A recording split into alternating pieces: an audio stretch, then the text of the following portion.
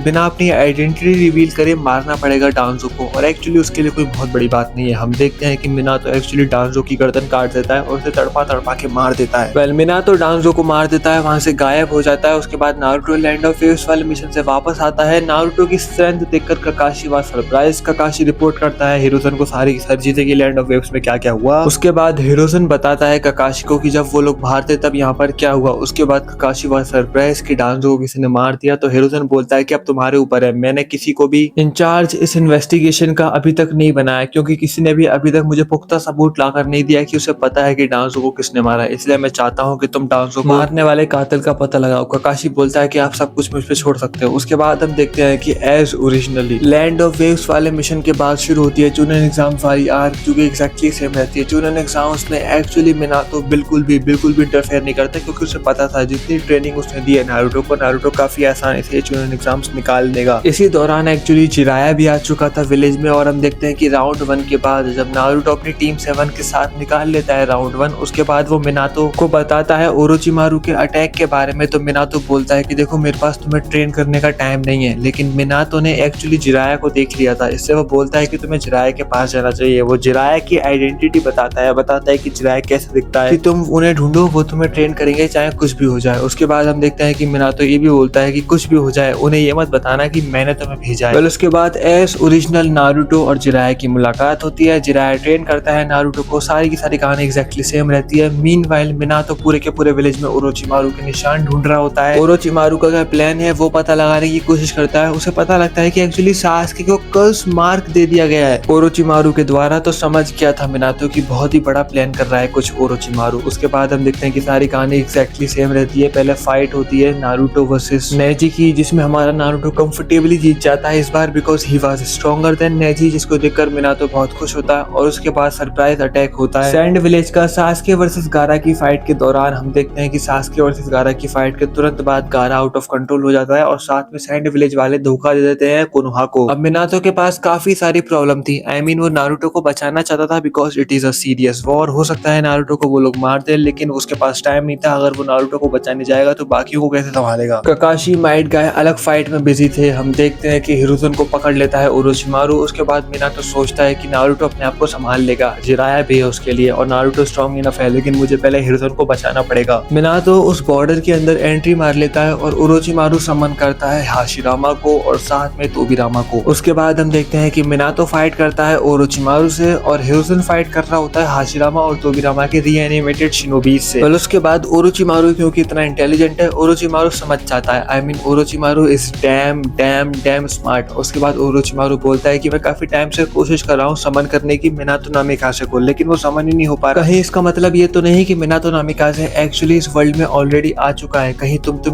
Minato नामिकाजे नहीं, अब Minato was shocked. उसके बाद हम देखते हैं कि बिना बोले वो फाइट करता है ओरोचिमारू से और ओरोचिमारू जैसे तैसे कर उसका चेहरा देखने की पूरी कोशिश करता है कंफर्म करने के लिए। उसके बाद हम देखते हैं कि मिनातो को एक आइडिया आता है। मिनातो की आंखों में आंसू होते हैं। मिनातो बोलता है कि कुरामा अब हमारा टाइम आ चुका है। कुरामा बोलता है कि तुम ऐसा नहीं कर सकते। मिनातो बोलता है कि हमारे पास और कोई रास्ता नहीं है। हम देखते हैं कि मिनातो भाग कर जाता है ओरोचिमारू के पास, एकदम करीब जाकर उसको बोलता है कि हाँ मैं ही मिनातो नामिकाजे हूँ और अपना फेस रिवील कर देता है। जिसके बाद हम देखते हैं कि शिनिगामी वहां पर आती है और बोलते हैं कि तुमने अपनी बाइंडिंग पावर तोड़ दी, अब तुम्हें और इसे मेरे साथ चलना होगा। हम देखते हैं कि ओरोचिमारू को भी खींच ले जाती है अपने साथ shinigami. Orochimaru was shocked. Orochimaru को पता नहीं था। ओरोचिमारू बोलता है कि मेरी क्या गलती है, तुम मुझे क्यों लेकर जा रही हो। बट यही तो मिनातो का प्लान था। मिनातो की आंखों में आंसू थे। मिनातो चाहता था कि वो नारुतो को गुड बाय कर सके, लेकिन वो गुड बाय कर नहीं पाता। उसके बाद हम देखते हैं कि हिरुzen वहां पर आता है तो हिरुzen को एक शॉर्ट नोट मिलता है मिनातो के द्वारा लिखा हुआ। हिरुzen समझ जाता है कि एक्चुअली वो मिनातो ही था जिसने बचाया उसे, और उसके बाद वो बोलता है कि ओ लॉर्ड फोर्थ, मरने के बाद भी आपने विलेज को बचाने में कोई कसर नहीं छोड़ी, थैंक यू सो मच, और मैं नारुतो का ख्याल रखूंगा आज के बाद से। वेल ये थी आज की वीडियो। आई होप आपको पसंद आई होगी। अगर हाँ तो सब्सक्राइब करो चैनल को, लाइक करो इस वीडियो को। मैं मिलता हूँ आपसे अगली वीडियो में, तब तक के लिए प्यार बनाए रखे। लव यू, सायोनारा, बाय बाय।